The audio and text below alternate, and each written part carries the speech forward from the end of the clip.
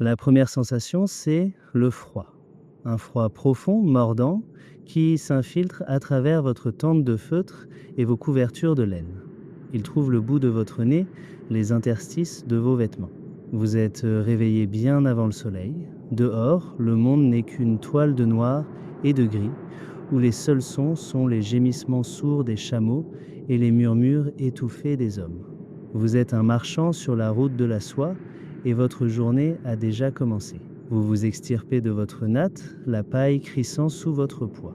À la lueur vacillante d'un feu qui reprend vie, vous distinguez les silhouettes d'autres hommes faisant de même.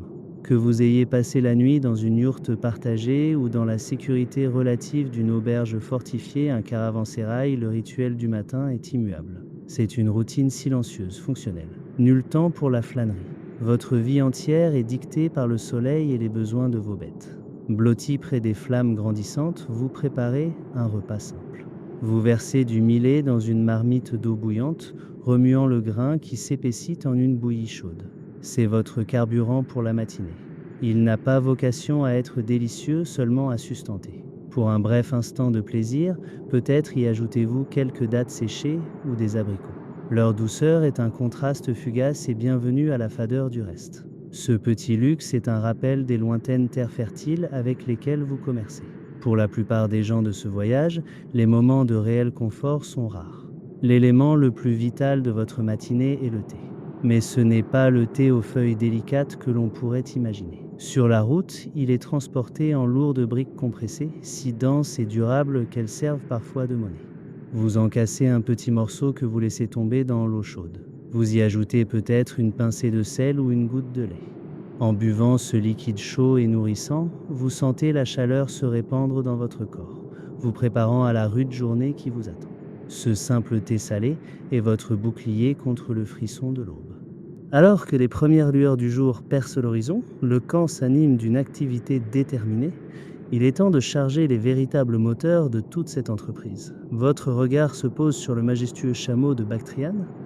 On le surnomme le vaisseau du désert et ce nom est amplement mérité. Patient dans l'air glacial, sa silhouette est reconnaissable entre toutes avec ses deux grandes bosses. Des preuves archéologiques, comme les sculptures détaillées des tombes de la dynastie Tang, montrent à quel point ces animaux étaient essentiels bien qu'ils ne fussent pas originaires de Chine. Leur présence dans l'art souligne l'impact immense du commerce qu'ils ont rendu possible. Cette créature est un chef-d'œuvre d'ingénierie naturelle. Son épaisse toison le protège des écarts de température extrêmes, de la chaleur torride du désert aux nuits glaciales en montagne, où le thermomètre peut chuter jusqu'à 29 degrés Celsius. Vous passez la main sur sa fourrure rêche, barrière vivante contre les éléments. Ces deux bosses légendaires ne stockent pas d'eau, comme beaucoup le croient, mais de la graisse. C'est une réserve d'énergie vitale pour les longues étendues où la nourriture se fait rare. Il peut voyager des jours sans boire, puis, trouvant de l'eau, se réhydrater en absorbant plus de 100 litres en quelques minutes. Son corps est bâti pour ce monde, avec deux rangées de longs cils et des naseaux qui peuvent se fermer en une fente étroite, le protégeant des aveuglantes tempêtes de sable. Charger votre chameau est une science. Vous abordez la tâche avec la concentration d'un artisan. D'abord, vous déposez d'épaisses couvertures matelassées entre ses bosses. Par-dessus vient la selle de batte en bois, spécialement conçue. La véritable compétence réside dans l'équilibrage. Votre cargaison peut inclure des ballots de soie précieuse, des épices odorantes ou même de la fragile verrerie romaine. Une charge mal répartie, pesant entre 200 et 300 kg, pourrait se déplacer pendant la marche. Cela pourrait blesser votre animal ou, désastre tout aussi grand, envoyer vos marchandises de valeur s'écraser au sol, brisant vos profits avec elles. Vous hissez les ballots avec soin, les arrimant solidement avec des nœuds experts. Enfin, vous inspectez rapidement votre bête. Vous examinez ses pattes, vérifiez ses yeux. Un seul chameau malade ou boiteux peut ralentir toute la caravane, mettant tout le monde en danger. Votre gagne-pain, et peut-être votre vie, dépend de la santé et de la force de cet animal remarquable. Quand les premiers rayons dorés du soleil percent enfin l'horizon, le chef de caravane donne le signal du départ.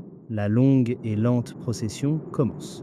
Vous prenez votre place dans la file, votre monde se rétrécissant au rythme régulier et lancinant des chameaux. L'allure est tranquille, dictée par l'endurance des animaux.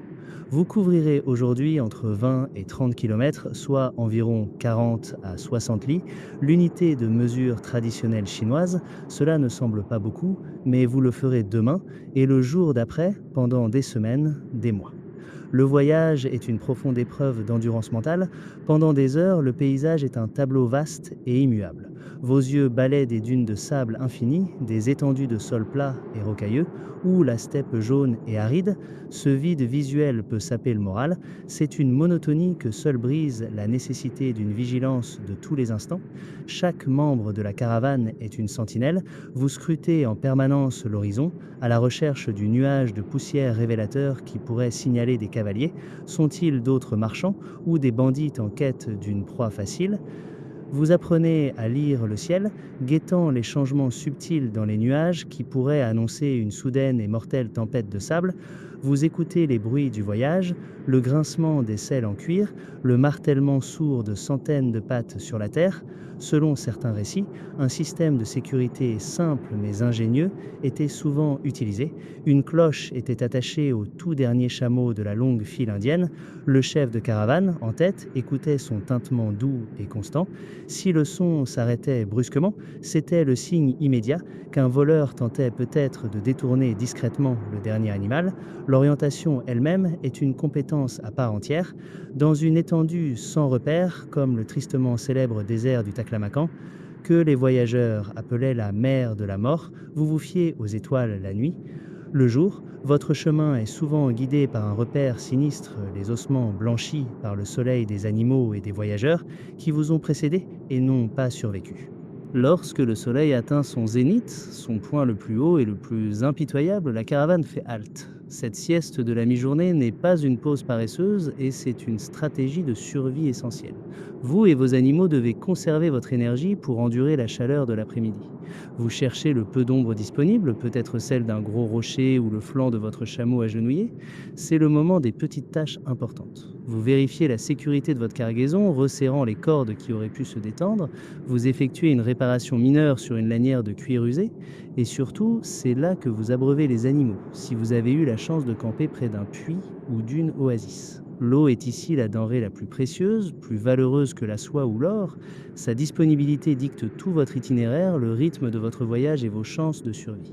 À l'approche du soir, le chef de caravane choisit avec soin un lieu pour établir le campement. L'endroit idéal est défendable et, si possible, proche d'un point d'eau. Une pratique courante consiste à faire s'agenouiller les chameaux en un grand cercle serré.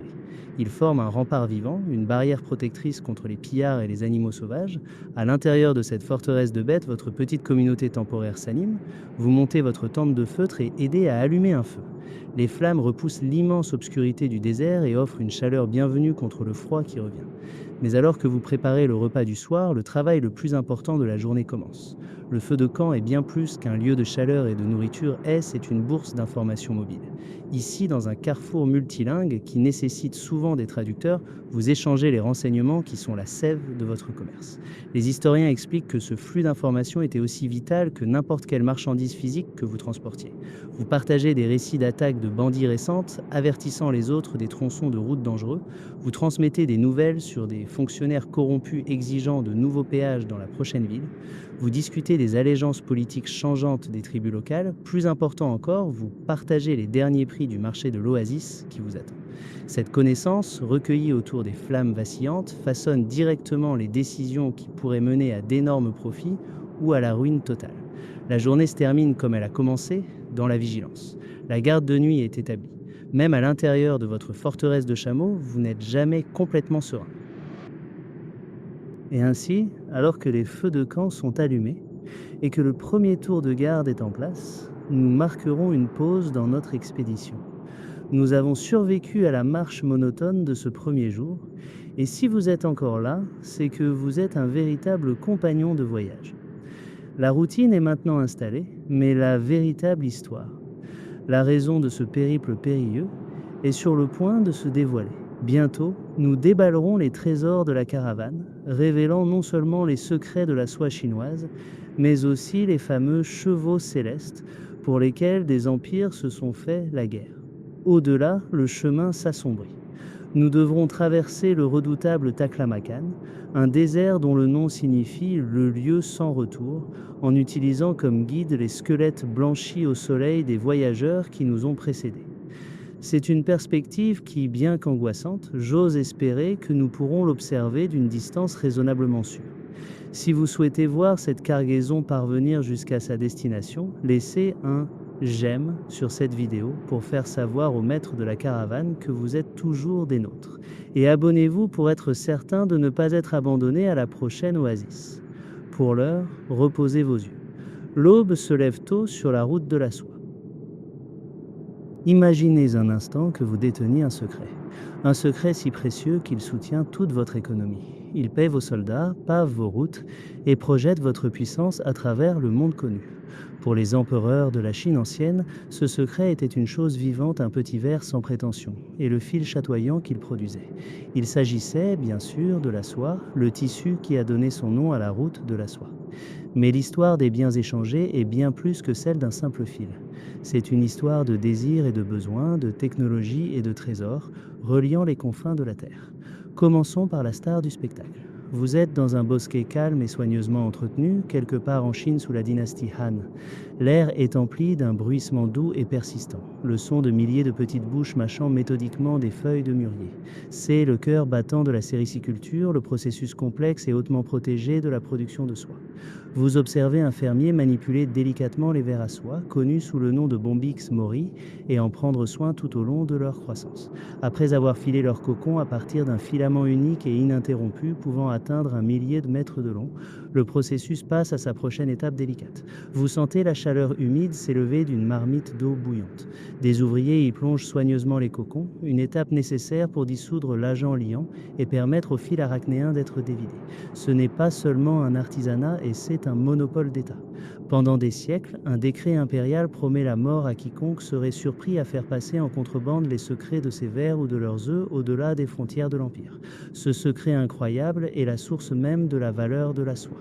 Il transforme un simple filament de protéines en le bien de luxe le plus désirable de la planète. Pour le peuple chinois, la soie était tissée dans la trame même de la vie.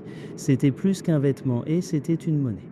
En tant que fonctionnaire du gouvernement, vous pouviez recevoir votre salaire non pas en pièces de monnaie, mais en rouleaux de soie fine. Les impôts pouvaient être réglés avec des paquets de fil brut.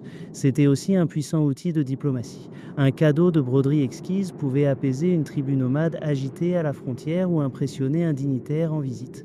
Témoignage silencieux de la richesse et du raffinement de votre empire. L'impact humain était immense, toute une économie, du paysan à l'empereur lui-même, tournée autour du cycle de vie de ce petit insecte. Maintenant, voyagez à des milliers de kilomètres vers l'ouest. Vous êtes à Rome, à un monde de distance, des bosquets de mûriers. Ici, la soie qui a commencé son voyage en Chine est le symbole ultime du statut social. Vous voyez passer un riche sénateur, sa toge ornée d'une bande de soie vibrante et chatoyante. Le tissu est si léger, si diaphane, qu'il capte le soleil méditerranéen, paraissant presque translucide. Pour l'élite romaine, en posséder était une déclaration sans équivoque d'une immense richesse et d'une ouverture sur le monde. La demande était insatiable. Des moralistes comme Sénèque le Jeune s'en plaignaient, voyant dans ce tissu un signe de décadence et une ponction sur les finances de l'Empire. Ils n'avaient pas tort sur le plan financier et les preuves archéologiques montrent un flux important d'or et d'argent romain se dirigeant vers l'Est pour payer cette seule marchandise. Mais votre caravane quittant l'Orient transporte plus que de simples textiles. Bien rangés en lieu sûr se trouvent des ballots d'un matériau nouveau et miraculeux. Il est léger, souple et bien moins cher que les lattes de bambou ou les tablettes de bois que vous avez l'habitude d'utiliser. C'est le papier, une invention chinoise qui allait, lentement mais sûrement, révolutionner la tenue des registres, la religion et le gouvernement dans le monde entier. Dans une autre partie de la caravane, emballée avec un soin extrême, se trouvent de petits récipients lourds. À l'intérieur, une fine poudre noire. Vous ne connaissez peut-être pas son nom ni son but ultime, mais cette poudre à canon allait, des siècles plus tard, transformer complètement la nature de la guerre. L'artisanat de la Chine était également à l'honneur. Vous transportez peut-être de magnifiques bols en lac, dont la surface est polie pour obtenir un éclat profond et lustré. La sève du laquier les rend à la fois imperméables et remarquablement durables, des possessions prisées pour quiconque pouvait se les offrir. À leur côté se trouvent des caisses de porcelaine, un type de céramique si fine et si solide qu'elle résonne d'une note claire et musicale lorsqu'on la tapote.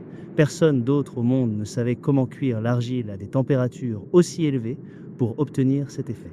Même un objet aussi simple qu'un miroir était un objet d'art. Au lieu du verre, vous avez un miroir en bronze poli, son dos finement décoré de symboles cosmologiques, un petit chef-d'œuvre de métallurgie et de design. Et bien sûr, il y a les épices. Vous pouvez sentir l'odeur âcre et terreuse de la rhubarbe, non pas pour les tartes comme nous pourrions le penser, mais comme un puissant purgatif médicinal très recherché en Occident. L'air est également teinté des arômes parfumés de la cannelle et du gingembre, des épices qui allaient ajouter des dimensions entièrement nouvelles aux cuisines de la Perse et de la Méditerranée. Le flux de marchandises, cependant, n'a jamais été à sens unique. Votre caravane, à son retour vers l'Est, est chargée des trésors et des technologies de l'Occident, répondant aux désirs spécifiques de l'Empire chinois. L'un des articles les plus convoités est la verrerie romaine. Vous déballez une délicate bouteille en verre, admirant sa clarté et la teinte bleue vibrante qui s'y entremêle. Les Romains étaient passés maîtres dans l'art du soufflage de verre, une technique inconnue en Orient, et leur création était considérée comme des luxes exotiques. Les archéologues ont retrouvé ces mêmes objets dans les tombes de hauts fonctionnaires chinois, enterrés avec eux comme des biens précieux pour l'au-delà. À côté du verre, vous pourriez avoir des rouleaux de tissu tissés avec de véritables broderies d'or, une spécialité des ateliers méditerranéens. Il pourrait y avoir des caisses de corail, dont la couleur rouge vif était très appréciée, ou même un minéral étrange et fibreux connu sous le nom d'amiante. En Chine, ce matériau résistant au feu était une merveille, appelée tissu qui peut être purifié par le feu, une curiosité pour les riches et les puissants. Mais pour l'empereur Han, aucun de ces luxes n'était aussi important qu'une seule importation stratégique d'Asie centrale. Vous êtes dans la vallée de Fergana, dans l'actuel Ouzbékistan. L'air est rempli des bruits et des odeurs de chevaux.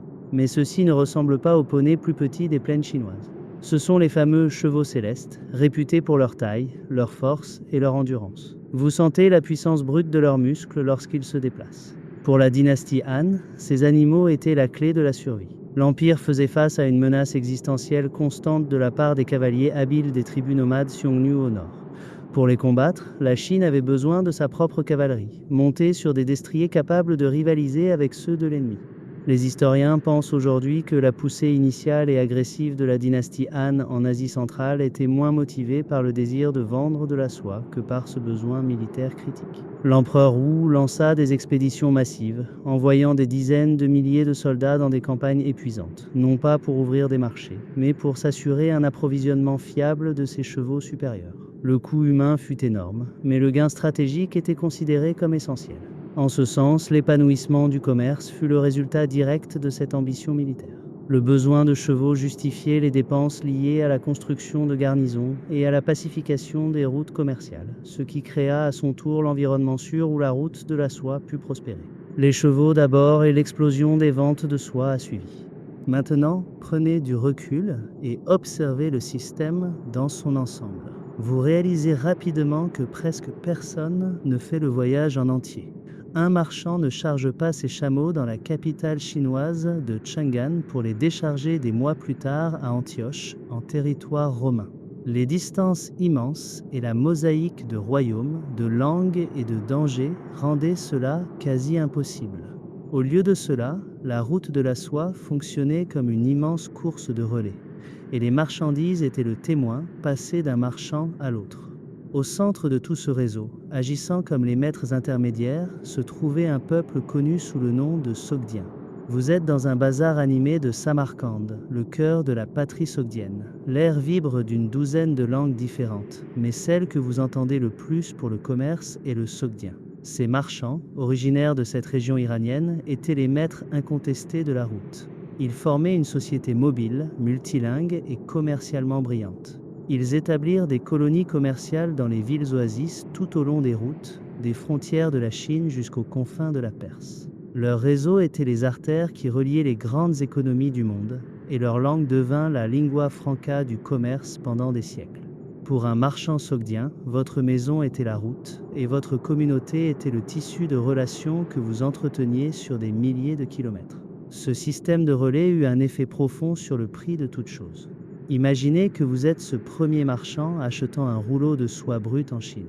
Vous le transportez jusqu'à la première grande ville oasis et le vendez à un commerçant sogdien. Vous ajoutez, bien sûr, votre propre marge bénéficiaire. Ce commerçant sogdien paie ensuite les taxes et péages locaux au souverain de la ville, engage des gardes pour sa protection et transporte la soie à travers un désert hostile jusqu'au prochain carrefour, où il la vend à un marchand persan, en ajoutant, encore une fois, sa propre majoration. Ce processus se répète encore et encore. À chaque étape, de la valeur est ajoutée. Des impôts sont prélevés, les coûts de transport sont pris en compte et chaque intermédiaire de la longue chaîne prend sa part. Le résultat, comme vous pouvez l'imaginer, était une augmentation vertigineuse des prix. Au moment où un produit comme la soie ou le verre romain atteignait sa destination finale, son coût pouvait avoir été multiplié par 100 par rapport à son prix d'origine. Cela rendait le commerce incroyablement rentable pour les marchands qui parvenaient à en surmonter les nombreux risques. Mais cela signifiait aussi que ces luxes étrangers restaient bien hors de portée des gens ordinaires. La route de la soie n'était pas un marché mondial pour tous et c'était un canal pour les biens les plus précieux du monde, destiné aux élites les plus riches à chaque extrémité. Le périple que vous avez entrepris est défini par un potentiel immense. Mais la valeur de la soie entassée sur le dos de votre chameau est le reflet direct des dangers que vous devez affronter. Les profits astronomiques étaient le fruit de risques tout aussi astronomiques. Vous comprenez que chaque lieu parcouru est un pari. Un jeu de hasard contre la terre, le temps et parfois les autres hommes. Le chemin qui s'ouvre à vous est un creuset, conçu pour éprouver les limites mêmes de votre endurance. L'échec ne signifie pas seulement la perte de votre investissement, et il signifie souvent laisser vos os blanchir sous un soleil lointain. Ainsi, quand vous songez au prix élevé de la soie dans une villa romaine, vous savez qu'il ne paye pas que l'étoffe. Il paye le prix de la survie. Votre premier et plus implacable adversaire est la terre elle-même. Vous avez voyagé assez loin du confort relatif de Chang'an pour que la géographie devienne un personnage à part entière. C'est une force vaste et impassible qui dicte chacun de vos mouvements. Vous vous tenez au bord du désert du Taklamakan, un lieu dont le nom est murmuré avec effroi par les guides. Dans la langue locale, on le traduit souvent par « le lieu sans retour ». Certains disent qu'il signifie « si tu y entres, tu n'en sortiras pas ». Vous contemplez une mer apparemment infinie de sable doré et mouvant. L'air miroite d'une chaleur qui déforme l'horizon. Il n'y a aucun point de repère ici. Ni arbre, ni rivière, ni colline. Juste les dunes. Le traverser directement serait un suicide. Votre caravane, comme toutes les autres, s'accroche donc au bord même de cette désolation, se déplaçant lentement d'une oasis fragile à l'autre. Ces petites poches de verdure sont votre unique lien avec la vie dans un monde de sable. Naviguer dans cette étendue désolée requiert des compétences ancestrales. Votre guide, un homme dont le visage est une carte routière de rides creusée par le soleil et le vent, se tourne vers les étoiles la nuit. Pendant la journée, il s'appuie sur une méthode plus sinistre. Les preuves archéologiques confirment ce que vous voyez de vos propres yeux. Vous naviguez en suivant les ossements épars d'animaux et de gens des caravanes précédentes. Chaque squelette est un témoignage silencieux d'un voyage qui a échoué. C'est un rappel glaçant que le désert attend toujours de réclamer ceux qui commettent la moindre erreur. Le poids de cette réalité s'installe dans vos os, une peur sourde qui vous accompagne chaque jour. Après ce qui semble être une éternité de sable et de chaleur, le terrain commence à changer. Le sol se durcit et vous apercevez au loin la silhouette sombre et déchiquetée des montagnes. Vous avez quitté la fournaise du désert pour le feu glacial des montagnes du Pamir. Les habitants de la région appellent cette chaîne le toit du monde et alors que vous entamez votre ascension, vous comprenez pourquoi. L'air se raréfie et devient glacial. Chaque inspiration est un effort conscient, une morsure aiguë dans vos poumons qui vous rappelle à quelle altitude vous vous trouvez. Vos chameaux, si stoïques dans le désert, peinent maintenant sur les sentiers étroits et rocailleux. Vous empruntez désormais des cols dangereux qui grimpent à des altitudes vertigineuses. Les historiens notent que des routes, comme le col d'Agbétal, emmenaient les voyageurs à plus de 4600 mètres, soit plus de 1500 pieds vers le ciel. À cette hauteur, un nouveau danger émerge, le mal des montagnes. Il vous affecte, vous et vos animaux, sans discrimination. Un mal de tête lancinant devient votre compagnon de tous les instants. Vous ressentez une nausée persistante et une lassitude profonde qui n'a rien à voir avec la marche du jour. Vous voyez des hommes forts, des marchands aguerris, devenir faibles et désorientés. Le froid extrême s'infiltre à travers vos vêtements de laine et de cuir. Un froid humide et pénétrant qui ne vous quitte jamais vraiment. La nuit, vous vous serrez près du feu, mais le vent qui s'engouffre dans les cols semble voler la chaleur de l'air lui-même. Ce monde de haute altitude est aussi incroyablement instable. Le sentier devant vous, bien qu'emprunté depuis des siècles, pourrait disparaître en un instant.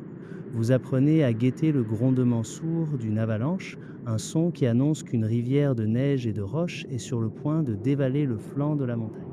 Une averse soudaine, fréquente ici, peut déclencher des glissements de terrain qui emportent la piste, vous laissant bloqué. Puis il y a le désert de Gobi, un autre obstacle majeur. Son terrain est plus rocheux, un peu plus aisé à parcourir que les sables mouvants du Taklamakan. Mais il possède son propre tour cruel. Les écarts de température sont brutaux. Le soleil vous brûle la peau durant le jour, vous forçant à chercher le moindre coin d'ombre.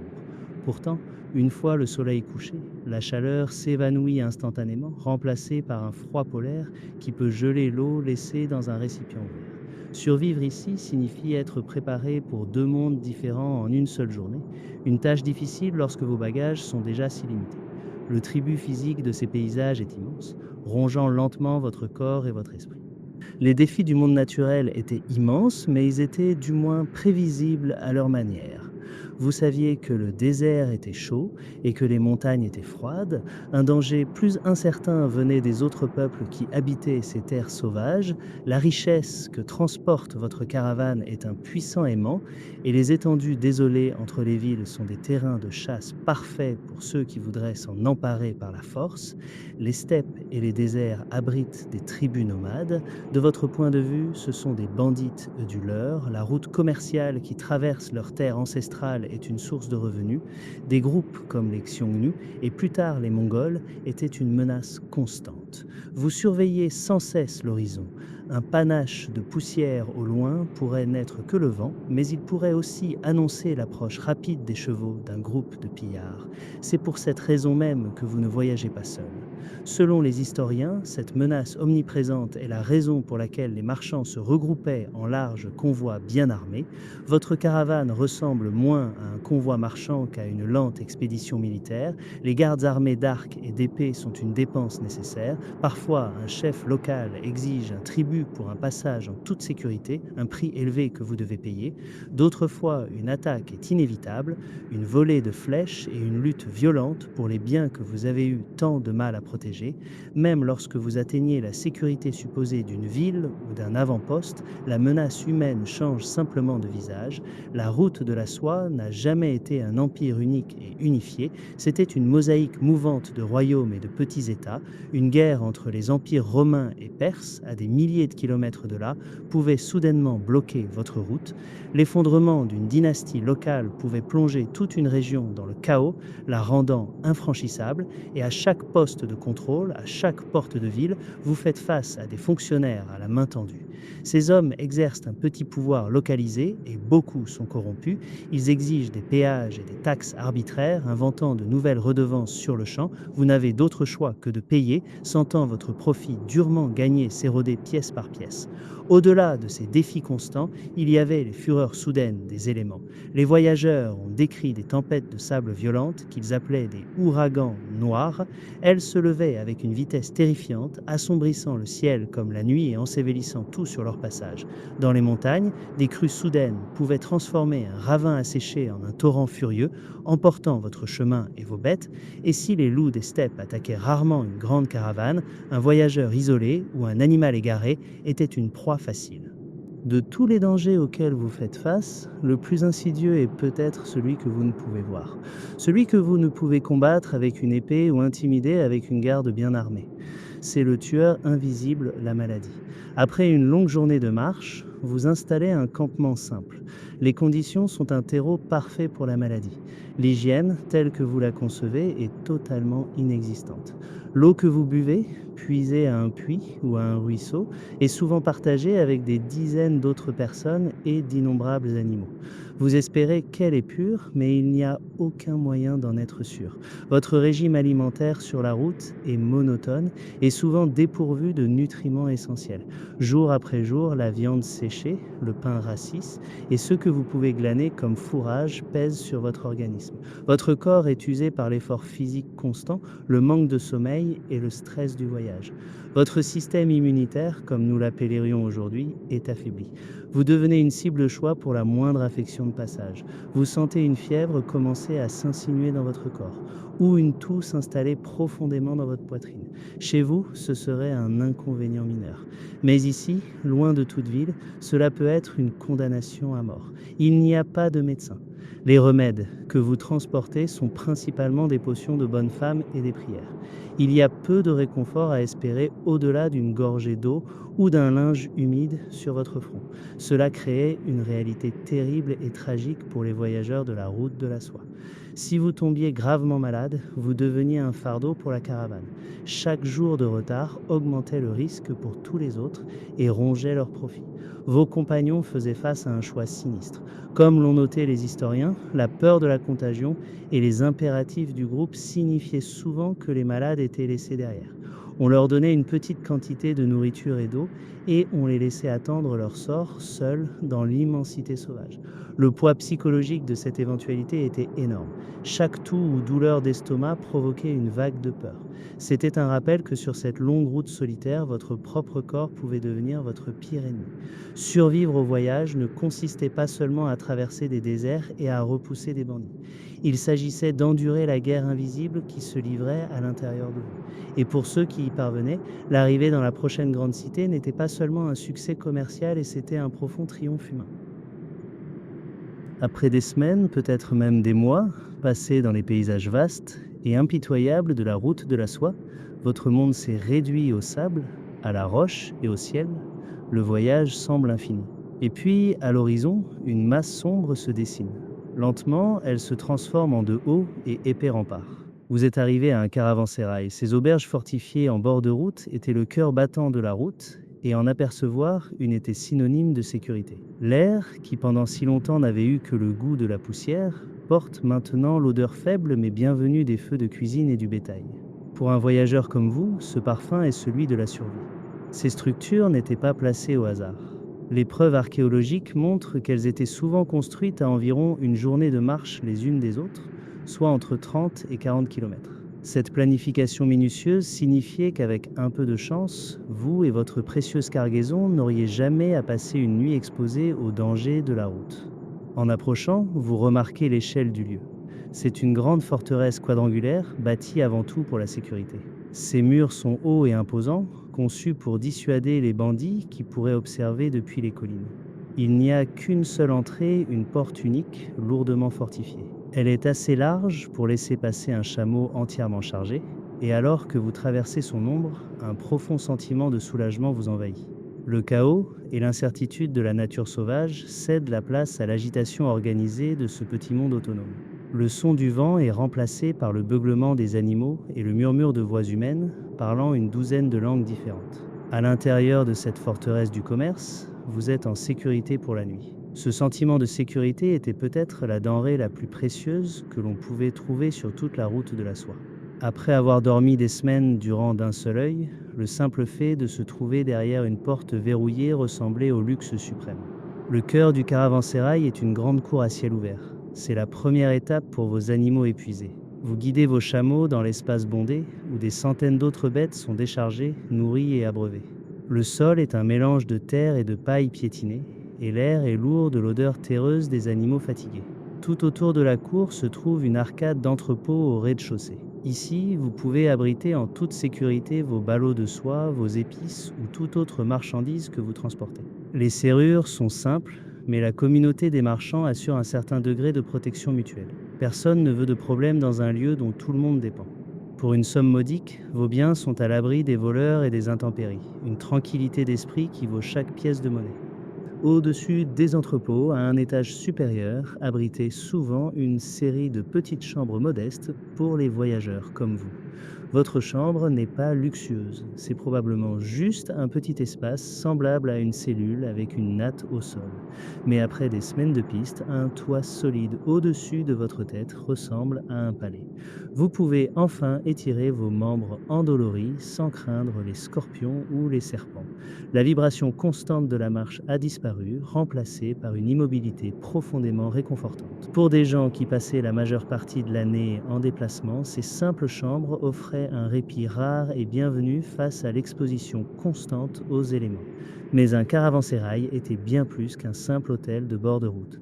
C'était un écosystème complet, une ville miniature dédiée aux besoins du voyageur. Beaucoup contenaient leur propre petit bazar où vous pouviez échanger une partie de vos marchandises fraîchement arrivées sans même avoir à entrer dans une grande ville. Vous pouviez trouver un bain public ou hammam niché dans un coin, offrant le plaisir sublime de se défaire des couches de poussière et de crasse. Vous pouvez presque sentir l'eau chaude apaiser vos muscles endoloris. Il y aurait aussi une salle de prière ou une petite mosquée, car la foi était une compagne constante lors d'un voyage si périlleux. L'expérience partagée du voyage créait souvent un lien puissant entre des personnes de croyances différentes, tout en quête d'un moment de paix. Ces lieux fournissaient également les services essentiels pour continuer le voyage. Vous pouviez trouver un vétérinaire pour examiner un chameau qui a commencé à boiter. Un forgeron pouvait réparer un harnais cassé ou un récipient en métal fissuré. Vous pouviez également acheter du fourrage pour vos animaux et refaire vos propres stocks d'eau et de nourriture séchée. Les historiens notent que ces auberges étaient des creusets d'échanges culturels. Le soir, vous vous asseyez avec d'autres marchands, partageant des histoires autour d'un feu, apprenant quelques mots d'une nouvelle langue et recevant des nouvelles des terres lointaines vers lesquelles vous voyagiez ou d'où vous veniez. C'est là que vous apprendriez un changement de pouvoir dans un royaume à des centaines de kilomètres, ou quelles routes étaient les plus sûres. Après quelques jours de repos, vous pourriez poursuivre vers l'un des véritables joyaux de la route de la soie, les grandes cités oasis. Celles-ci n'étaient pas de simples arrêts, c'étaient des destinations. Imaginez arriver à Dunhuang, à la lisière orientale du vaste désert du Taklamakan. Pendant des siècles, ce fut la porte d'entrée cruciale vers la Chine proprement dite. C'était un lieu où les routes du nord et du sud, contournant le désert, se rejoignaient enfin. Votre caravane, ayant survécu au désert, franchirait ses portes pour se joindre à un fleuve d'humanité. La ville était une ville de garnison, pleine de soldats, mais c'était aussi un centre monumental de la foi bouddhiste. Les marchands et les pèlerins, reconnaissants pour leur passage en toute sécurité, faisaient des dons à l'attraction la plus incroyable de la ville, les grottes de Mogao. Creusées dans une falaise sur une période de 1000 ans, les grottes de Mogao, ou grottes des 1000 Bouddhas, sont l'une des merveilles du monde antique. Vous pourriez prendre une journée pour les visiter, passant du soleil éclatant du désert à l'intérieur frais et sombre de ces grottes artificielles. À l'intérieur, des centaines de grottes révèlent une collection à couper le souffle de peintures murales et de sculptures bouddhistes. Les murs sont couverts de peintures aux couleurs éclatantes, représentant des histoires et des êtres célestes, leurs teintes encore brillantes après des siècles. L'ampleur de cette œuvre d'art, entièrement financée par les gens de la route de la soie, témoigne de la profonde intersection du commerce et de la foi qui définissait la route. Plus à l'ouest, vous rencontreriez les légendaires cités jumelles de Samarcande et Bukhara. Situées dans la fertile vallée du fleuve Zerafshan, ces villes étaient le cœur du pays des Sogdiens, considérés comme les marchands par excellence de leur époque. Leur expertise commerciale rendit ces villes fabuleusement riches. En entrant dans Samarcande, vous êtes frappé par sa splendeur. Vous pourriez vous diriger vers sa place publique, le Régistan, une esplanade à couper le souffle flanquée de mosquées et de médersas aux dômes turquoise éblouissants. Contrairement à l'atmosphère poussiéreuse et fonctionnelle d'un caravansérail, Samarcande est un centre de renommée mondiale pour l'érudition, l'art et la culture islamique. La ville vibre d'une énergie sophistiquée, reliant le monde persan aux terres lointaines de la Chine. Si vous continuez votre voyage vers l'ouest, vous devez passer par Kashgar. Située à l'extrême ouest du bassin du Tarim, cette ville était le grand carrefour. C'est ici que les routes du nord et du sud se rejoignaient à nouveau avant d'affronter les redoutables montagnes du Pamir. Kashgar était moins axé sur la grandeur impériale que sur le commerce à l'état pur. Son légendaire marché du dimanche était l'un des plus animés et chaotiques de toute l'Asie. Vous vous retrouveriez dans un bazar tentaculaire où se rassemblaient des marchands, des bergers et des agriculteurs de dizaines de groupes ethniques. Ici, vous pouviez tout échanger, des bêtes de somme robustes aux épices parfumées, en passant par des tapis finement tissés et, bien sûr, de la soie. Le marché était le cœur battant de la ville, un lieu de marchandage intense et d'opportunités incroyables. Et puis, il y avait des villes qui étaient des mondes en elles-mêmes. Dans les déserts de l'actuel Turkménistan, vous auriez pu visiter l'ancienne cité de Merv.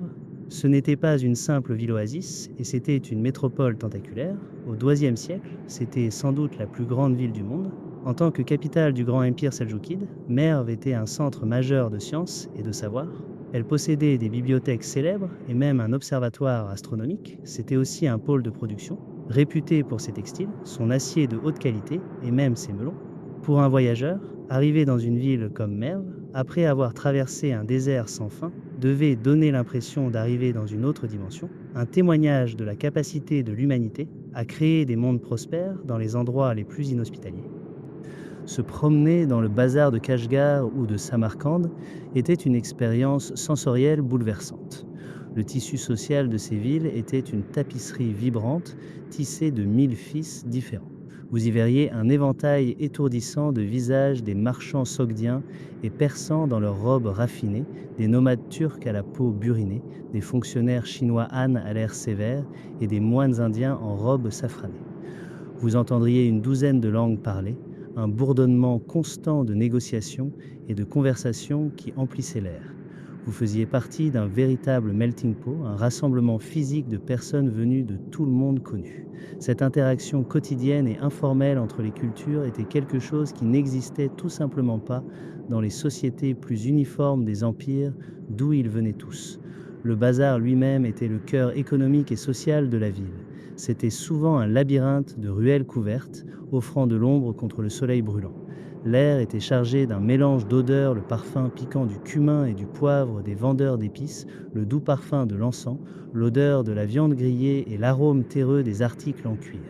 C'est là que se déroulaient les véritables affaires de la route de la soie. Vous chercheriez un changeur de monnaie, un personnage crucial qui pouvait convertir vos pièces romaines en monnaie chinoise ou vos dirhams d'argent en bronze local. Ces hommes étaient des calculateurs vivants et leur honnêteté était leur réputation. Une bonne affaire se concluait par une poignée de main et votre parole faisait office de contrat. Mais ces villes servaient à bien plus qu'au commerce. Elles étaient des lieux de repos prolongé, de réparation et de réapprovisionnement. Votre voyage n'était pas un trek unique et continu. C'était une série d'étapes longues et difficiles, ponctuées par ces pauses vitales. Ici, vos hommes et vos animaux pouvaient vraiment récupérer. Un muscle foulé d'un chameau pouvait nécessiter des semaines pour guérir. Un essieu de charrette cassée exigeait un charpentier habile et du temps. C'était le moment de faire le point sur votre expédition. Vous pouviez décider de vendre une partie des marchandises que vous aviez transportées sur des milliers de kilomètres, réalisant un joli bénéfice. Ensuite, vous utiliseriez ce profit pour acquérir de nouvelles marchandises originaires de cette région à vendre à votre prochaine grande destination. C'était un calcul constant de risque, de valeur et de demande. Les informations que vous recueilliez dans le caravansérail et le bazar de la ville étaient votre outil le plus précieux. Vous pouviez apprendre qu'une sécheresse en Perse avait rendu le coton incroyablement cher, ou qu'un nouvel empereur en Chine avait un goût pour le verre occidental. Ces connaissances façonnaient vos décisions, transformant votre long voyage en une entreprise commerciale stratégique. Le repos et les réparations étaient essentiels pour votre corps et votre équipement, mais c'était l'échange d'informations et la recalibration de vos plans qui assuraient que votre caravane non seulement survivrait, mais prospérerait. Les sacoches du chameau qui vous précèdent sont lourdes. Elles sont remplies de rouleaux de soie chatoyante, d'épices odorantes et de toutes les marchandises précieuses que vous avez réussi à obtenir au cours de votre long périple. Mais au fil de votre voyage, vous réalisez que la cargaison la plus précieuse sur cette route est invisible. Elle n'est pas transportée dans des coffres en bois, mais dans l'esprit des gens qui vous accompagnent. Votre traversée de la route de la soie est devenue bien plus qu'une entreprise commerciale. Vous faites désormais partie d'un grand échange d'idées, de croyances et de savoirs qui remodèlent silencieusement le monde. Vous ne vous contentez pas de déplacer des biens d'une ville à l'autre, vous êtes un maillon d'une chaîne de connexion humaine qui s'étend à travers les continents. Les idées que vous rencontrez ici voyageront bien au-delà de l'horizon, longtemps après que la soie aura été portée et les épices consumées. Alors que vous approchez de la prochaine oasis, vous apercevez les toits incurvés d'un monastère s'élevant au-dessus du paysage poussiéreux. Pour vous, marchands, c'est un spectacle bienvenu. C'est un gage de sécurité, un lieu fiable pour entreposer vos biens et un repas chaud. Vous avez appris qu'il existe un partenariat naturel entre les commerçants et les moines. Vos dons aident à financer ces centres et en retour, ils fournissent l'infrastructure même qui rend votre voyage possible. Les historiens notent que la religion n'a pas seulement voyagé le long de la route de la soie à bien des égards, elle a contribué à la construire et à la maintenir. Ces monastères sont des centres stables et permanents dans un monde en mouvement constant. Ce sont des îlots de paix et de confiance dans un océan d'incertitude. Votre caravane choisit de s'arrêter dans un monastère bouddhiste, une foi qui a voyagé depuis l'Inde. En franchissant les portes, le bruit frénétique de la piste cède la place à un silence profond. Vous entendez le chant grave et rythmé des moines, une sonorité qui semble vibrer jusqu'au plus profond de vos os. Les moines empruntaient ces mêmes routes, se joignant souvent à des caravanes marchandes comme la vôtre pour leur protection. Dans des cités oasis comme Dunhuang et Kucha, ils ont établi ces incroyables centres d'études. Ici, vous voyez des érudits penchés sur des tables, traduisant méticuleusement des écritures sanskrites en chinois et en d'autres langues locales. Ils adaptent soigneusement d'anciennes doctrines pour qu'elles correspondent à de nouvelles cultures. L'odeur de l'encens se mêle à l'odeur sèche et papyracée des vieux parchemins. Vous observez un moine montrer un rouleau peint à un marchand local. L'histoire qu'il raconte est étrangère, mais l'expression du marchand est celle d'une compréhension fascinée. C'est ainsi qu'une foi passe d'un cœur à l'autre, portée par un besoin humain commun de sens et de réconfort. C'est une transaction silencieuse et puissante, qui se déroule chaque jour dans des lieux comme celui-ci. Le bouddhisme n'est pas le seul nouveau système de croyance que vous rencontrez. Un soir, partageant un feu avec un groupe de marchands sogdiens, vous remarquez l'un d'eux traçant une croix distincte sur un morceau de parchemin. C'est votre première rencontre avec le christianisme nestorien. Leur foi, explique-t-il, vient des lointaines terres de Syrie et de Perse. Vous écoutez leurs récits sur leurs communautés et leurs églises, établies jusqu'à Chang'an, la capitale animée de la Chine des temps. Leurs histoires sont celles de la persévérance, du transport d'une croyance à travers des milliers de kilomètres, une caravane à la fois. C'est un rappel puissant que l'esprit humain est aussi déterminé à partager sa foi qu'à chercher fortune. Quelques semaines plus tard, vous faites du commerce avec un autre marchand, celui-ci originaire de Perse. Il suit une foi appelée le manichéisme, fondé par un prophète nommé Mani. C'est un fascinant mélange d'idées zoroastriennes, bouddhistes et chrétiennes. Vous découvrez sa vision dualiste du monde, une lutte constante entre un monde spirituel de lumière et un monde matériel de ténèbres, qui a trouvé sa place parmi les commerçants cosmopolites de la route de la soie. Ces idées complexes étaient particulièrement populaires auprès des Sogdiens, et vous entendez dire qu'elle est même devenue la religion d'État du puissant Khaganat ouïghour. Plus tard, dans l'histoire, une autre fois, l'islam empruntera ces mêmes chemins. Suite aux conquêtes arabes des 8e et 8e siècles, elle sera portée par des marchands et des missionnaires, devenant progressivement la foi dominante de l'Asie centrale et remodelant à jamais sa culture. Mais il n'y a pas que la foi qui s'échange. Caché dans le sac d'un voyageur se trouve un matériau étrange et nouveau. Il est à la fois souple et résistant, et bien moins cher que le parchemin ou les lamelles de bois que vous avez l'habitude d'utiliser. Vous regardez du papier. Sa technique de fabrication est née en Chine et, selon les érudits, a entamé son lent voyage vers l'ouest vers le 8e siècle. Il finira par atteindre l'Europe, où il remplacera le parchemin et contribuera à alimenter une révolution du savoir. Vous entendez aussi des murmures sur d'autres innovations chinoises. Des alchimistes cherchant un élixir de vie ont créé accidentellement une poudre noire volatile. Cette poudre à canon voyagera vers l'ouest et changera complètement la nature de la guerre. Il y a aussi la boussole magnétique, un petit appareil qui permet aux marins de naviguer en haute mer, et la xylographie, une forme précoce et ingénieuse de communication de masse. Vous êtes le témoin du commencement silencieux d'un changement considérable, entièrement déclenché par le simple mouvement des peuples et de leurs connaissances le long de cette route. Le flux de connaissances n'est pas à sens unique. Votre caravane ramène des idées et des technologies vers l'est en direction de la Chine. Vous traversez des vallées fertiles en Asie centrale où vous découvrez quelque chose de nouveau, des raisins cultivés pour la vinification. Cette technique, un cadeau de l'Asie centrale, voyagera jusqu'en Chine, ajoutant une toute nouvelle dimension à son agriculture et à ses coutumes sociales. Sur un marché, vous goûtez une substance cristalline et sucrée, bien plus raffinée que les édulcorants bruts que vous connaissez. C'est le sucre raffiné, une méthode originaire d'Inde et de Perse qui fait maintenant son chemin vers l'Est.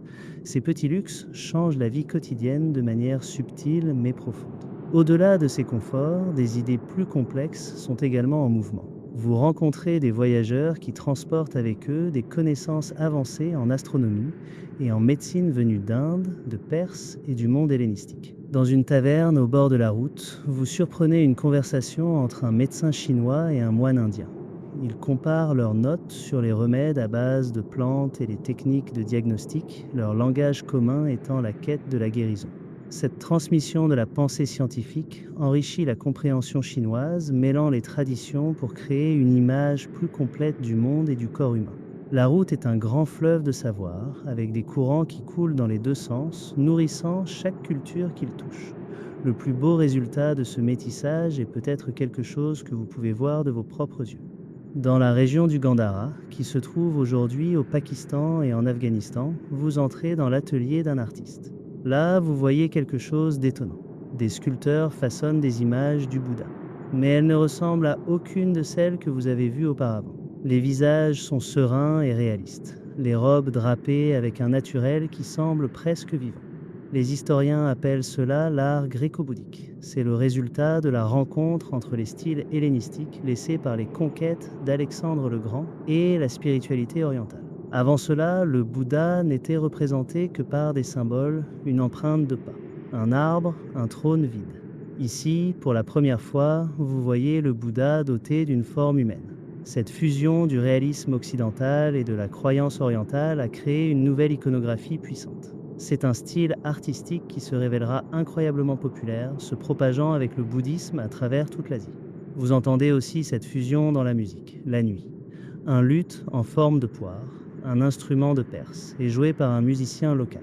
Cet instrument voyagera jusqu'en Chine, où il évoluera pour devenir le bien-aimé pipa, un autre petit morceau d'une culture lointaine trouvant un nouveau foyer. Malgré toute la beauté et la connaissance que cette route transporte, vous prenez lentement conscience qu'elle véhicule aussi un voyageur invisible et indésirable. Le même réseau d'interconnexion qui permet un si riche échange culturel crée également les voies parfaites pour la maladie. Vous faites partie d'un système qui rend les populations vulnérables à des maux contre lesquels elles n'ont aucune immunité. Un jour, vous voyez un compagnon de route tomber malade, pris de fièvre et d'une étrange éruption cutanée, quelque chose que les guérisseurs locaux n'ont jamais vu. C'est un rappel glaçant que ces connexions ont un coût caché. Les preuves archéologiques confirment cette crainte. Dans un poste reculé de la route de la soie, des scientifiques ont trouvé des preuves de parasites de la douve du foie de Chine dans des latrines vieilles de 2000 ans.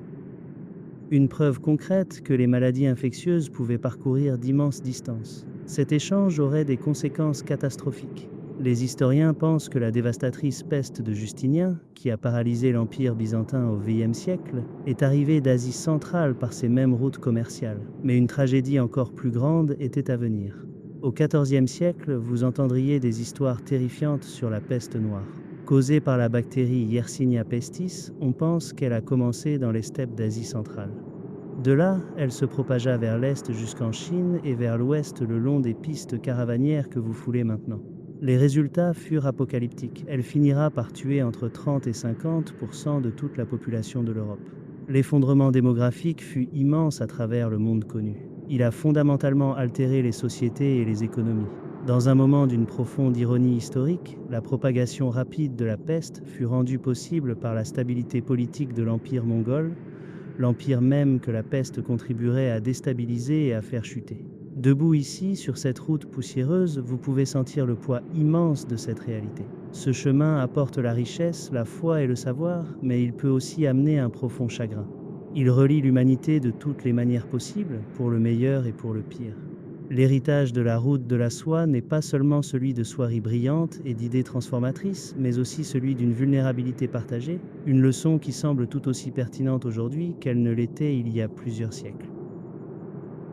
Pendant des mois, peut-être même des années, votre monde s'est défini par des horizons. L'étendue infinie du désert, la ligne déchiquetée d'un col de montagne, la chaleur miroitante sur un lac salé.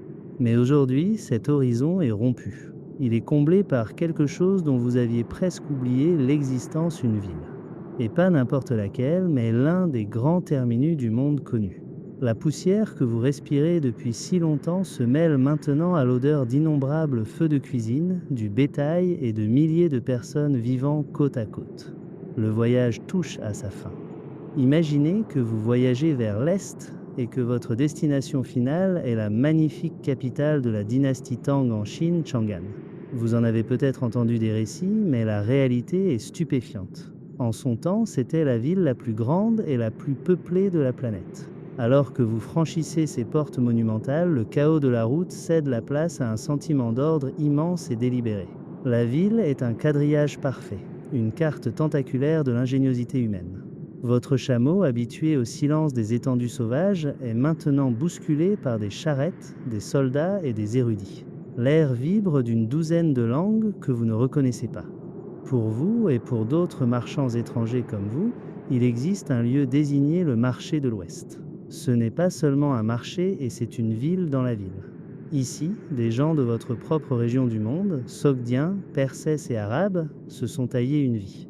Vous sentez des épices familières cuisinées de manière inédite. Vous entendez les sons réconfortants de votre langue maternelle au milieu du brouhaha. Il y a des temples dédiés à vos dieux et des restaurants qui offrent un avant-goût de votre foyer. Selon les preuves archéologiques, ces communautés étaient dynamiques et bien établies, faisant de Chang'an un véritable microcosme de la route de la soie elle-même. C'est ici, dans ce centre cosmopolite et animé, que vous devez mener l'affaire la plus importante de votre vie. Tous les risques, toutes les épreuves ont mené à ce point unique. Si votre voyage vous avait mené vers l'ouest, vous seriez peut-être à Antioche, la troisième plus grande ville du puissant empire romain. C'est une porte d'entrée sur le monde méditerranéen et la chaleur y est différente, épaisse de l'humidité de la mer.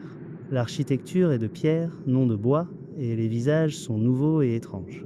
Ou peut-être, des siècles plus tard, auriez-vous guidé votre caravane vers les dômes dorés légendaires de Constantinople. C'est le cœur de l'Empire byzantin, une cité d'une immense richesse qui, pendant 1000 ans, a servi de véritable ancre occidentale à ce grand réseau. Que ce soit à l'est ou à l'ouest, le sentiment est le même. Vous êtes arrivé. Vous avez survécu. Mais le défi final ne fait que commencer. Arriver sain et sauf avec votre précieuse cargaison ne garantit pas un échange simple et rentable. Vous n'êtes plus dans les terres sans foi ni loi, vous êtes au cœur d'un empire. Et les empires fonctionnent selon des règles et des règlements. La transaction finale est souvent une danse délicate avec un pouvoir immense et centralisé. À Chang'an, vous apprenez vite que la soie n'est pas une simple marchandise c'est un instrument de l'État. Sa production est un secret jalousement gardé, une industrie contrôlée par l'État. Vous ne marchanderez pas avec un simple boutiquier. Vous traiterez avec des agents impériaux, des fonctionnaires qui travaillent pour des ateliers d'État et répondent directement à la cour de l'empereur. Ils détiennent tout le pouvoir et ils le savent. Vos marchandises durement acquises, qu'il s'agisse de robustes chevaux d'Asie centrale, de vers du monde romain ou d'encens parfumé, sont inspectées et évaluées selon leurs conditions strictes. La négociation est formelle, discrète et empreinte de l'autorité impériale. Le prix que vous obtiendrez déterminera le succès de toute votre entreprise de plusieurs années. Un seul faux pas, un soupçon de manque de respect pourrait faire échouer l'accord et rendre le voyage entier sans valeur. Pour les gens ordinaires pris dans ces échanges à haut risque, la pression était immense. Il fallait être autant diplomate que marchand. En Occident, particulièrement dans l'Empire byzantin, la situation était très similaire. Certaines marchandises faisaient l'objet d'un monopole d'État strict. La teinture pourpre brillante, par exemple, était réservée à l'empereur, et son commerce était une affaire de haute politique impériale. Les historiens nous disent que pendant des siècles, les Byzantins, comme les Romains avant eux, payèrent très cher la soie chinoise qui transitait par leurs rivaux perses. Mais tout a changé au XXe siècle. Selon les chroniques, 2 moines nestoriens réussirent à faire sortir clandestinement des œufs de verre à soie d'Asie centrale en les cachant dans des cannes de bambou creuses. Cet unique acte d'espionnage industriel changea le monde. Les Byzantins établirent leur propre industrie de la soie florissante, brisant les monopoles chinois et perses de longue date. À leur tour, ils créèrent un nouveau monopole pour le marché européen. En tant que commerçant, vous devez naviguer dans ce paysage politique complexe. Vous devez obtenir les bonnes autorisations et traiter avec les bons fonctionnaires. C'est un processus frustrant et compliqué, mais c'est l'étape finale et nécessaire avant de pouvoir réclamer votre récompense. Et la récompense potentielle est ce qui en vaut la peine. C'est la raison pour laquelle vous avez tout risqué au départ. Après la poignée de main finale, après que les agents impériaux ont pris vos marchandises et que le paiement a été effectué, vous ressentez une sensation à la fois étrangère et exaltante. C'est le sentiment d'une richesse immense, presque inimaginable. Les profits d'un seul voyage de caravane réussi étaient astronomiques. Les pièces dans votre bourse semblent plus lourdes que n'importe quelle pierre. Vous n'êtes plus un simple voyageur, vous êtes une histoire à succès. Chez vous, vous étiez une personne d'un certain rang, peut-être un fermier, un artisan ou l'enfant d'un autre marchand. Mais maintenant, tout a changé. À une époque de hiérarchie sociale rigide, votre voyage offrait une rare voie d'ascension sociale. Vous retournez dans votre village non seulement en tant que survivant, mais aussi en tant que bienfaiteur. Vous pouvez construire une nouvelle maison, plus grande, en pierre et non en pisé. Vous pouvez offrir de plus beaux vêtements à votre famille, manger de meilleurs aliments et financer la construction d'un nouveau temple ou d'un bâtiment communautaire. Vous devenez la personne la plus influente de votre communauté. On recherche votre opinion, on brigue votre faveur. Cette profonde transformation de votre statut social était peut-être l'incitation la plus puissante de toutes. C'est cette promesse qui faisait que les bandits, les déserts et les montagnes semblaient un pari qui valait la peine d'être tenté. Mais votre voyage n'est pas terminé. La vente finale est un sommet, mais vous vous tenez sur une chaîne de montagnes avec une autre longue vallée et un autre haut sommet devant vous. Vous devez rentrer chez vous. La décision du moment du départ est cruciale. Vous devez tenir compte des saisons. Traverser le Pamir en hiver est un suicide, et traverser le désert en plein été est tout aussi mortel. Vous écoutez les murmures dans le caravansérail, recueillant des informations sur la stabilité politique le long de la route. Une guerre locale couve-t-elle? Un nouveau chef a-t-il commencé à exiger des péages plus élevés? Le voyage de retour est tout aussi dangereux que celui qui vous a mené ici. Les mêmes risques vous guettent, et vous ne voyagerez pas les mains vides. Ce serait un gaspillage. Vous investissez les immenses profits que vous avez réalisés dans les marchandises exotiques de la ville où vous vous trouvez. Si vous êtes en Occident, vous achetez de la verrerie romaine raffinée, des orfèvreries byzantines complexes ou de l'argenterie persane savamment travaillée. Si vous êtes en Orient, vous pourriez acheter des rouleaux de cette soie contrôlée par l'État, de la porcelaine finée ou des épices exotiques venus d'encore plus au sud. Vous complétez le cycle de l'échange, transportant les trésors d'une civilisation au cœur d'une autre et recommençant tout le processus. Alors que vous vous préparez pour la longue route du retour, il vaut la peine de prendre un moment pour réfléchir à ce que vous avez vraiment accompli. Vous n'avez pas seulement transporté des épices ou du verre, vous n'avez pas seulement acheté et vendu de la soie, vous avez transporté le monde avec vous. Dans votre esprit se trouvent les visages de gens d'une douzaine de cultures différentes. Dans vos sacs se trouvent des technologies et des idées totalement inconnues dans votre patrie. Vous et des milliers de marchands comme vous étiez les fils qui tissaient ensemble les tapisseries disparates de la civilisation humaine. Vos voyages ont créé un lien, un échange de cultures, de connaissances et de croyances qui a changé à jamais le cours de l'histoire.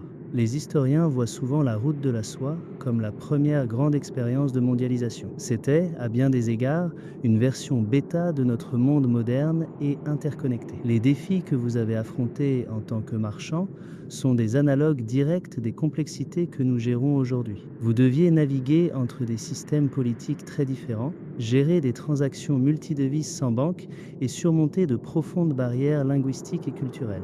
Les solutions que vous et vos confrères avez développées étaient ingénieuses. Pour éviter de transporter de lourds coffres de pièces sur des milliers de kilomètres périlleux, certains commerçants utilisaient une forme primitive de crédit, connue sous le nom de monnaie volante Feikian, un précurseur de nos systèmes modernes de finance internationale. Votre périple démontre également une vérité intemporelle, un commerce international durable nécessite un certain degré de stabilité politique. Quand les empires étaient forts, les routes étaient plus sûres et le commerce florissait. Quand ils s'affaiblissaient, les routes devenaient dangereuses et les liens se distendaient. Et tragiquement, vous avez appris que les routes commerciales peuvent transporter la maladie aussi facilement que les marchandises, une dure leçon que le monde apprendrait encore et encore. L'héritage de votre voyage ne se trouve pas seulement dans les musées, dans le verre romain trouvé dans une tombe chinoise ou la soie chinoise enroulée autour d'une relique européenne. L'héritage est dans le tissu même de notre système mondial. En fait, l'effort conscient des nations modernes pour faire revivre ces anciens corridors, comme la nouvelle route de la soie, Belt and Road Initiative de la Chine, est un puissant témoignage des schémas durables que vous avez contribué à établir. Vous faisiez partie d'un système d'opportunités profondes et de fragilités profondes exploré pour la première fois à dos de chameau. Vos pas, et les pas de tous ceux qui ont parcouru ces routes, ont créé plus que de la richesse. Ils ont redessiné les cartes du monde et jeté les bases d'une histoire humaine commune. Et ainsi, notre caravane atteint enfin sa destination. La poussière du Taklamakan retombe, le dernier ballot de soie est délié et le silence long et las du voyage est remplacé par l'agitation bienvenue de la cité terminus. Nous avons suivi leurs traces à travers des sables brûlants et des sommets gelés, observant comment une simple soif de profit a pu, sans le vouloir, tisser les destins d'empires entiers. Alors que vous commencez à vous laisser aller, peut-être sentez-vous encore le ciel vaste et étoilé du désert de Gobi, carte silencieuse pour ceux assez braves pour le traverser. Merci d'avoir parcouru ce chemin avec nous ce soir. C'est une pensée réconfortante de savoir que nous avons partagé le tour de garde ensemble sur cette route longue et chargée d'histoire. La chronique de ce voyage est maintenant achevée, ses détails prêts à être inscrits dans le grand manifeste de l'histoire. Mais le registre n'est pas vraiment complet sans la marque de ceux qui en furent les témoins. Considérez un j'aime comme votre sceau personnel pressé dans l'encre de ce registre numérique authentifiant le voyage que vous venez de vivre. Et s'abonner, c'est déposer une demande permanente auprès du maître de la caravane, moi-même, pour que la charte de chaque nouvelle expédition vous soit personnellement remise. C'est la seule façon de garantir qu'aucune route vers le passé ne vous soit jamais fermée. Pour l'instant, laissez le son de ma voix devenir un écho lointain. Les marchandises ont été échangées, les chameaux sont au repos. Il n'y a plus de tour de garde à assurer, plus d'horizons à scruter en quête de bandits. Laissez simplement la paix de la fin du voyage s'installer en vous et glissez vers un sommeil profond et paisible.